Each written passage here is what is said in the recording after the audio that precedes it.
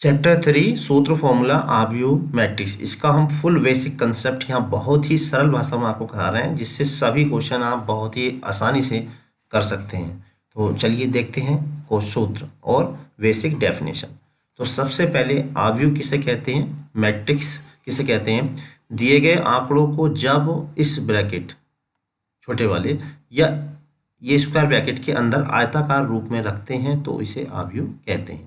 अब देखिए यहाँ पे ये अवयव कुछ दे रखे हैं, इनको अगर हम ये इस तरह से आयताकार रूप में लिखें तो इसको लिखना ही क्या कहलाता है, आव्यूह कहलाता है। इसमें जो रेड वाली हैं इन्हें हम कहते हैं पंक्ति कहते हैं या रो कहते हैं, और जो ऊर्ध्वाधर ग्रीन से हमने दिखाई हैं इनको हम स्तंभ या कॉलम कहते हैं। अंतर करने के लिए पहले को हम R1, दूसरे को R2 और तीसरे को R3, जैसे रेड 1, रेड 2, रेड 3 दिखी हैं। इस तरह कॉलम में अंतर करने के लिए C1, C2, C3 लिखते हैं।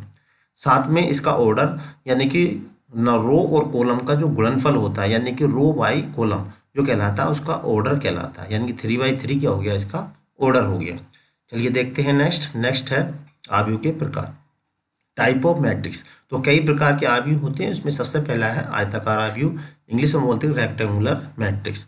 तो ऐसा आव्यूह जिसमें रो और कॉलम की संख्या अलग अलग हो यानी कि ऑर्डर सेम ना हो उसे हम आयताकार आव्यूह कहते हैं। जैसा कि आपको चित्र में दिख रहा है, इसमें रो और कॉलम सेम नहीं है, यानी कि रो 2 है कॉलम 4 है, इसका मतलब ये आयताकार आव्यूह हो गया।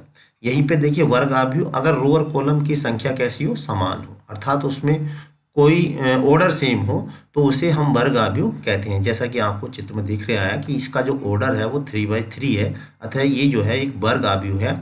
और इसका जो मुख्य विकर्ण होता है वो 3, 7, 4 जो दिखाई दे रहा है इसको हम मुख्य विकर्ण कहते हैं, जैसा कि आपको चित्र में दिख रहा है। यहीं पे आगे चलते हैं क्षैतिज आव्यूह, हॉरिजॉन्टल मैट्रिक्स। तो ऐसा आव्यूह जिसमें पंक्तियों की संख्या स्तंभों की संख्या से कम हो, यानी पंक्ति कम हो और स्तंभ ज़्यादा हो तो उसे हम क्षैतिज आव्यूह कहते हैं। देखिए यहाँ पे पंक्ति 2 है और स्तंभ है 4, तो इसका मतलब ये कैसा है, क्षैतिज आव्यूह। तो यहीं पे आप देखिए ऊर्ध्वाधर आव्यूह किसे कहते हैं, ऊर्ध्वाधर आव्यूह वर्टिकल मैट्रिक्स। तो ऐसा आव्यूह जिसमें स्तंभों की संख्या पंक्तियों की संख्या से कम हो तो उसे हम ऊर्ध्वाधर आव्यूह कहते हैं। देखिए यहाँ पे क्या है, स्तंभ 2 है और पंक्ति कितनी, 3 है, तो स्तंभों की संख्या पंक्तियों की संख्या से कम है, इसलिए इसे ऊर्ध्वाधर आव्यूह कहते हैं। देखने में भी ऊर्ध्वाधर लगना चाहिए। अब यहीं पे देखते हैं नेक्स्ट, पंक्ति आव्यूह तथा स्तंभ आव्यूह। तो जिसमें केवल पंक्ति हो उसे पंक्ति आव्यूह और जिसमें केवल स्तंभ हो, एक स्तंभ हो, उसे स्तंभ आव्यूह कहते हैं, जैसा कि आपको चित्र में भी दिख रहा है। नेक्स्ट है विकर्ण आव्यूह। तो विकर्ण आव्यूह यानी कि मुख्य विकर्ण को छोड़कर अगर सभी अवयव शून्य हो, तो यदि किसी वर्ग आव्यूह के मुख्य विकर्ण को छोड़कर सभी अवयव शून्य हो तो उसे हम विकर्ण आव्यूह कहते हैं। जैसा कि आपको चित्र में दिख रहा है, जो रेड लाइन से ये बना हुआ इसे छोड़कर देखिए सभी अवयव शून्य है। जो रेड लाइन से बना इसे मुख्य विकर्ण कहते हैं। और इसको दूसरी लैंग्वेज में यानी अदर भाषा में हम इस तरह भी डिनोट करते हैं, A = DIG, डायगोनल। DIG का मतलब है डायगोनल, और ये इस तरह से भी हम इसको ले सकते हैं। तो 2 प्रकार से इसको लिखा जाता है। वहीं पे है अदिश आव्यूह, स्केलर मैट्रिक्स। तो अगर किसी आव्यूह का जो मुख्य विकर्ण है वो एक जैसा हो, बाकी सब अवयव कैसे हो, शून्य हो, तो उसे हम अदिश आव्यूह कहते हैं। तो इसे हम इस तरह लिखेंगे, देखिए डायगोनल 2, 2, 2। तो चलिए देखते हैं नेक्स्ट है 8 नंबर पे क्या है, इकाई आव्यूह तत्समक आव्यूह या यूनिट मैट्रिक्स, आइडेंटिटी मैट्रिक्स। तो ऐसा आव्यूह जिसका मुख्य विकर्ण एक जैसा हो और वो कैसा हो, इकाई होना चाहिए, यानी कि मुख्य विकर्ण केवल एक ही होना चाहिए, बाकी सभी अवयव शून्य हो, उसे हम इकाई आव्यूह या तत्समक आव्यूह कहते हैं। इसको इंग्लिश में यूनिट मैट्रिक्स या आइडेंटिटी मैट्रिक्स भी कहते हैं। तो इसको हम क्या कहते हैं, यूनिट मैट्रिक्स या आइडेंटिटी मैट्रिक्स। तो जैसा कि इसमें भी आपको दिख रहा है कि इसका जो मुख्य विकर्ण है वो केवल एक है, अतः ये जो है एक इकाई आव्यूह है, यानी इसका जो डायगोनल है वो 1 है। तो इकाई आव्यूह को हम इस तरह से, या इसको हम देखिए आई से भी डिनोट हम इसको कर देते हैं, इकाई आव्यूह को आई से भी हम डिनोट कर देते हैं, आई बना दें तो, और यहाँ पर लिख दें I 3/3, इसका मतलब ये 3/3 का इकाई आव्यूह। चलिए देखते हैं नेक्स्ट है या ये 8। आप चलते हैं नंबर 9, नंबर शून्य या रिक्त आव्यूह। नाम से ही क्लियर हो रहा है, ऐसा आव्यूह जिसमें कि सभी अवयव शून्य हो तो उसे हम शून्य आव्यूह कहते हैं, और इसको हम जो है 0 से डिनोट करते हैं। देखिए ये जी है, इसे 0 से डिनोट करते हैं। ये जो है क्या कहलाता है, शून्य अवयव कहलाता है। अब नेक्स्ट है ऊपरी त्रिभुजीय तथा निम्न त्रिभुजीय अवयव। यहाँ पर देखिए नाम से भी क्लियर है, ऊपरी त्रिभुजीय अवयव यानी कि जिसमें ऊपर की ओर त्रिभुज बनना हो, और दूसरा क्या है, निम्न त्रिभुजीय अवयव यानी कि जिसमें नीचे की ओर त्रिभुज बनना हो। तो जिसमें ऊपर की ओर त्रिभुज बनना है, जैसे देखिए रेड वाला आपको ये दिख रहा होगा, इसमें ऊपर की ओर त्रिभुज बनना है तो ये ऊपरी त्रिभुजीय अवयव होगा, और जिसमें नीचे की ओर त्रिभुज बनना है उसे निम्न त्रिभुजीय अवयव कहेंगे। और देखिए इसका डेफिनेशन क्या, यदि किसी वर्ग अवयव के मुख्य विकर्ण के नीचे के सभी अवयव शून्य हो, दिख रहा होगा आपको, और उसे ऊपरी त्रिभुजीय अवयव, यदि ऊपर के सभी अवयव शून्य है तो उसे निम्न त्रिभुजीय अवयव, जैसा कि आपको चित्र में दिख रहा है। चलिए देखते हैं नेक्स्ट। अब देखिए नेक्स्ट आ गया है 10 11 नंबर पे। तो 11 क्या है, अवयव का योग तथा अंतर। देखिए दो अवयव का योग तथा अंतर और तुलना तभी कर सकते हैं जब वो सेम ऑर्डर के हैं। अगर उनका ऑर्डर सेम नहीं है, ना तो हम उनका योग कर सकते हैं, ना ही उनका अंतर कर सकते हैं, और ना ही हम उनकी तुलना कर सकते हैं। तो ये मस्ट है कि योग, अंतर और तुलना करने के लिए उनका ऑर्डर सेम होना चाहिए। जैसा कि आपको यहाँ पे जितने भी मैट्रिक्स दिखाई दे रहे हैं, सभी का जो ऑर्डर है वो सेम है। देखिए इसका ऑर्डर कितना, 3/3। ऑर्डर बोले तो रो और कॉलम। इसका ऑर्डर कितना, 3/3। क्योंकि इसका ऑर्डर सेम है तो हम इनको ऐड कर सकते हैं, यानी प्लस कर सकते हैं। प्लस कैसे करेंगे, इसके जो कोरस्पॉन्ड एलिमेंट हैं वो जुड़ जाएंगे। कोरस्पॉन्ड बोले तो संगत अवयव, जैसे 3 में 1 जोड़ दिया 4 हो गया, 7 में 0 जोड़ोगे 7 आएगा, 5 में 0 जोड़ोगे 5 आएगा, 0 में 2 जोड़ोगे 2 आएगा, 4 में 3 जोड़ोगे 7। तो इस तरह संगत अवयव को जोड़ देते हैं तो उसका योग हो जाता है। इसी तरह अगर संगत एलिमेंट में हम घटा दें तो उनका अंतर हो जाएगा। यहाँ पे आप इसका अंतर भी निकाल सकते हैं, ठीक है। और तुलना कब करेंगे, तुलना भी तभी करेंगे जब वो ऑर्डर सेम है। जैसे देखिए इन दोनों का जो ऑर्डर है वो सेम है। क्या है इसका ऑर्डर, 3/3, और इसका ऑर्डर कितना, 3/3। तो इसका मतलब हम इनकी तुलना कर सकते हैं। तो तुलना कैसे करेंगे, इसके कोरस्पॉन्ड एलिमेंट बराबर कर देते हैं। देखिए यहाँ पे देखिए क्या है, यहाँ पे दूसरी रो और दूसरा कॉलम है, तो दूसरी रो और दूसरे कॉलम पे के बराबर हो गया 4। यहाँ पे देखिए पहली रो का 30 और तीसरी कॉलम में 5, ये पहली रो और तीसरे कॉलम में क्या है, x, तो ये भी देखिए बराबर हो गया। तो ऐसा तभी पॉसिबल है जब ऑर्डर सेम होता है। तो आप देखते हैं नंबर 12 पे क्या है। नंबर 12 पे है अदिश अवयव से गुणन। तो जैसा कि इसमें है, अदिश का मतलब स्केलर यानी नंबर। जब हम किसी अवयव की अदिश यानी कि किसी नंबर से मल्टीप्लाई करते हैं तो पूरे मैट्रिक्स में प्रत्येक एलिमेंट से मल्टीप्लाई होती है। जैसा कि डेफिनेशन में लिखा है, जब किसी अदिश अवयव से गुणा की जाती है तो गुणा अवयव के प्रत्येक अवयव से होती है। आप देख लीजिए इसको, देखिए ये देखिए यहाँ पे अवयव है, ऑर्डर चाहे इसका कुछ भी हो। अब हमने यहाँ पे क्या करा, 5 से मल्टीप्लाई की। जब हमने 5 से मल्टीप्लाई की तो सबसे मल्टीप्लाई होगी। देखिए 3 से मल्टीप्लाई हुई तो हो गया 15, फिर 7 से मल्टीप्लाई की हो गया 35, फिर 5 से मल्टीप्लाई की हो गया 25। तो इस प्रकार से सभी से मल्टीप्लाई यहाँ पर होती है। कब, जब हम किसी अदिश से यानी कि किसी नंबर से मल्टीप्लाई करते हैं। चलिए देखते हैं 13वां नंबर पर क्या है, अवयव का गुणनफल।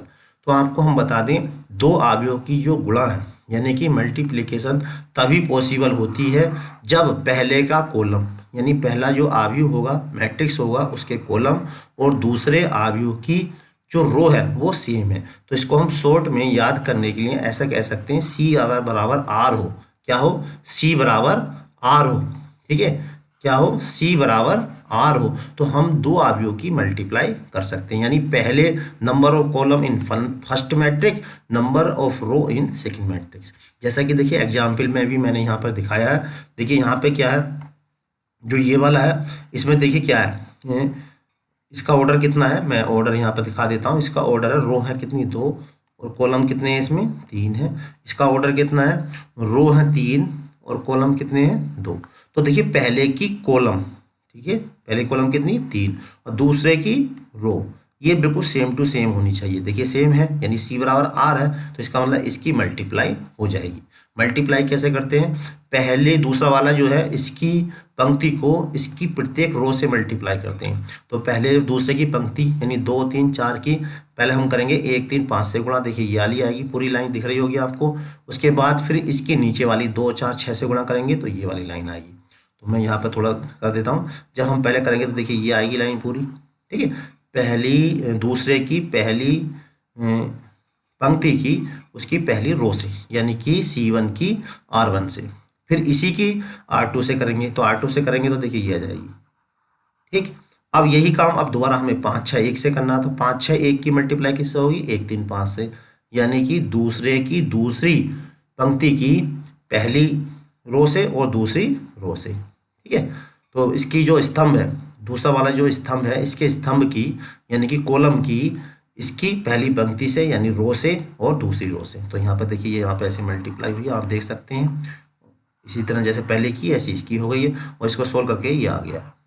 ठीक, तो इस तरह से आप मल्टीप्लाई कर सकते हैं। चलिए देखते हैं आगे, आगे क्या है।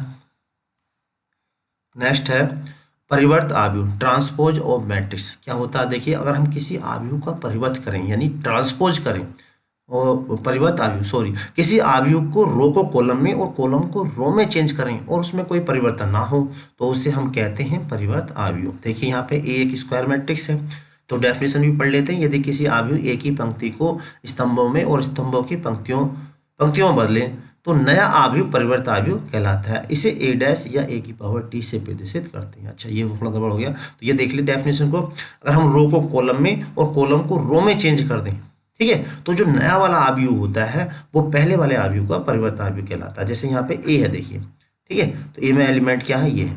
अब हमने क्या करा, जो रो है उनको कॉलम में चेंज कर दिया। तो रो कैसे चेंज कर दिया, कॉलम में। देखिए जो पहली रो थी वो ये इस तरह चेंज हो गई। ठीक है, रो को कैसे चेंज कर दिया, कॉलम में। तो जो नया वाला होता है वो पहले वाले का परिवर्त आव्यूह कहलाता है। इसे हम ए की पावर डैश या ए की पावर टी से प्रदर्शित करते हैं। ठीक है, रो को कॉलम में और कॉलम को रो में बदल दें तो जो नया आव्यूह होता है वो परिवर्त आव्यूह कहलाता है। ठीक है, जैसे ये हम डैश से भी लिखते हैं, तो डैश लगाने से क्या होता है, पलट जाता है। जो लेटा हुआ है वो देखिए खड़ा हो गया, जो लेटे हुए हैं वो क्या हो जाते हैं, खड़े हो जाते हैं। ये देखिए, ठीक, और ये प्रॉपर्टी हैं कुछ, इन्हें आप याद कर लीजिए, इंपॉर्टेंट हैं, कंपटीशन में भी यूज होती हैं और वैसे भी हो सकती हैं। ए की पावर टी की पावर टी, यानी कि ट्रांसपोज का ट्रांसपोज, टी कह दो या डैश कह दो, बात एक ही है। जब किसी आव्यूह का परिवर्त आव्यूह करते हैं तो दोबारा ई आ जाता है, और किसी स्केलर का ट्रांसपोज करते हैं तो स्केलर का ट्रांसपोज नहीं होता है।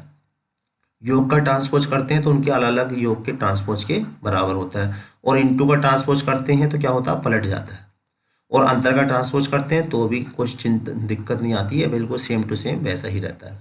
ए का ट्रांसपोज माइनस बी का ट्रांसपोज। चलिए देखते हैं नेक्स्ट है 15 सम्मित तथा विषम सम्मित आव्यूह। सम्मित क्या होता है, रो को कॉलम को रो में चेंज करें और उसमें कोई परिवर्तन ना हो तो उसे हम सम्मित, रो को कॉलम में कॉलम को रो में चेंज करें और उसमें माइनस का अंतर आ जाए तो उसे हम विषम सम्मित आव्यूह कहते हैं। अब देखिए इसकी डेफिनेशन देख लीजिए, यदि किसी आव्यूह का परिवर्तन करने पर उसमें कोई परिवर्तन ना हो तो उसे हम सम्मित आव्यूह कहते हैं। देखिए हमने चेंज तो किया लेकिन हुआ नहीं चेंज। ठीक है, तो हमने क्या है, चेंज किया। जैसे इस तरह से ये है, मान लीजिए एक सीधी दीवार है, उसमें आप लात घूंसे मारो तो उसमें कोई परिवर्तन तो होगा नहीं। अगर नहीं हो रहा तो इसका मतलब ये है कि ये जो है सम्मित आव्यूह। देखिए इसमें ए में हमने क्या करा, रो को कॉलम में कॉलम को रो में चेंज किया लेकिन कोई परिवर्तन नहीं हुआ, तो इसे हम क्या कहते हैं, परिवर्त आव्यूह कहते हैं। ठीक है, यानी कि डैश जो अगर ए के बराबर है, परिवर्त करने पे ए के बराबर ही आता है तो उसे हम सिमेट्रिक कहते हैं।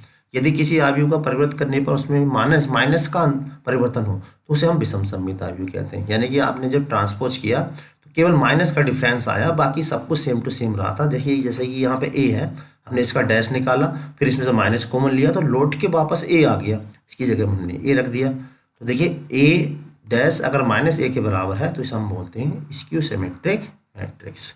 तो मैं समझता हूँ ये आपको समझ में आ रहा होगा।